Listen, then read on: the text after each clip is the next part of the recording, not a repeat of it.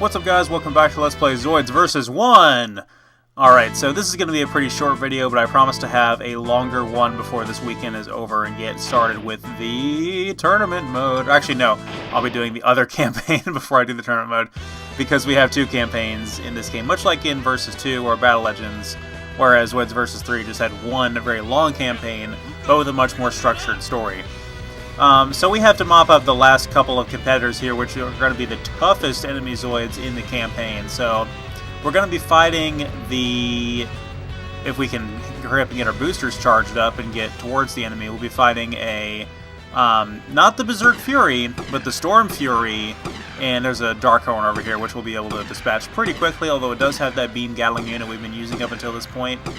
And we will continue to use throughout the rest of the game as well. But yeah, the Storm Fury, I'm sure you've seen it in the garage or the Zoids you can buy in Zoids Battle Legends, aka Versus 2. But it's essentially an upgraded Berserk Fury, although I really don't think it's very good, especially when you look at it. It has a lot of health, but it essentially has the melee attack from the Genobreaker, which actually makes it worse because the initial weapon that's attached to the there's the Dark Spiner as well. We're going to go ahead and take him now. The Dark Spiner is probably the most dangerous out of the three Zoids in this encounter. This is a pretty nice all-out battle royale. Of course, we render it pretty much useless with the dual sniper rifle. Anyway, the melee weapons, those spinning pincer blade things that also can project a shield, they're pretty much the perfect weapon when you really break it down in terms of like the anime and everything. So the Berserk Fury is an incredibly dangerous Zoid. We got the Gogeless Giga at the end of the last fight there, and we get the Liger Zero Jaeger and Panzer at the end of this one. And I would really like to use those. Unfortunately, we're going to be going up against the Death Sword here, and the Jaeger is fast enough to dodge the Death Sword's attacks, but does not have a reliable attack of its own. And then the Panzer has adequate firepower, but is really slow. I would actually really like to fight the Death Sword as the Panzer. I think that would be a lot of fun. But I think just for the sake of consistency and fighting this game's somewhat crippled controls, I'm going to be sticking with the standard Liger Zero with the dual sniper rifle. So our first competitor over here is the Liger Zero X, which we've been showing off before. And the way that the model kit would have you believe, as well as this game's meta narrative, is that Liger Zero X is an upgraded Empire Liger Zero, which does make sense, I suppose. So it is definitely more so portrayed like the bad guy in this situation, which I think is cool. I like that the Liger Zero X is sort of like an anti-Liger Zero. Anyway, we're up against the Death Sword here, which has almost 10,000 health. I was talking about the Berserk Fury and the Storm Fury before. There's also the Storm Tyranno, which is the all-red one, which we recently just got a Kotobukiya HMM of the Storm Tyranno. It's a red Berserk Fury with the different weapon on it, and it's really cool. There's two different variants of it, I think. One of which is only available on the Kotobukiya website. No, that's wrong. I'm thinking of the Storm Sword that has two different variants.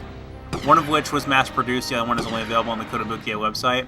And then the Liger Zero Empire HMM is only available on the Kotobukiya website as well, which I highly, highly recommend picking up, because to me it's the most attractive version of the standard Liger Zero. And you can use that with all of your custom armor kits as well.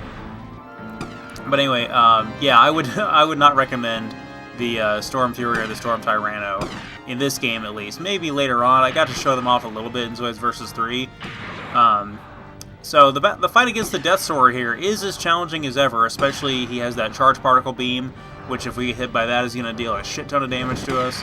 He also has that cannon that fires from the top of his head, and one that kind of fires from his lower abdomen area. In addition to that, he has missiles and a ground stomping attack, but if we keep up the same motion, we should be able to dodge the ground stomping attack when he telegraphs it. The missiles are challenging to dodge, but much easier to dodge in this game than they were in Zoids vs. 3, of course. I think am I out of ammo? So yeah, we'll go ahead and switch to the underbarrel shot cannon there, and take out the last remaining health on the Death Sword with that. Again, if I'm not careful, that cannon on top of its head can take me out pretty quickly. Any of this thing's attacks can deal an obscene amount of damage to you.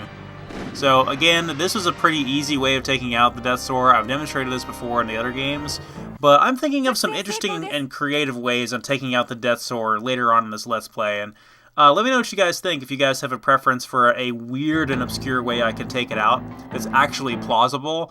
I'm not going to go fight with a Mulga or something like that, but I have a really kind of out there idea that I think you guys will really get a kick out of, especially if you've been following this series for a while now and you know how I feel about certain Zoids. You'll definitely appreciate this sudden heel turn and this batshit crazy idea I have to take out the Death Soar. Anyway, that is it for the Republic side campaign with Blue Unicorn. So we'll be playing again in the next episode as the Empire campaign. I can't remember what their unit is called. I will look it up and I'll let you guys know at the beginning of the next video. But yeah, we'll be playing as their side. It'll be another, 10-15 fights or so, and then we'll move on to the game's tournament mode, which I'm very much looking forward to.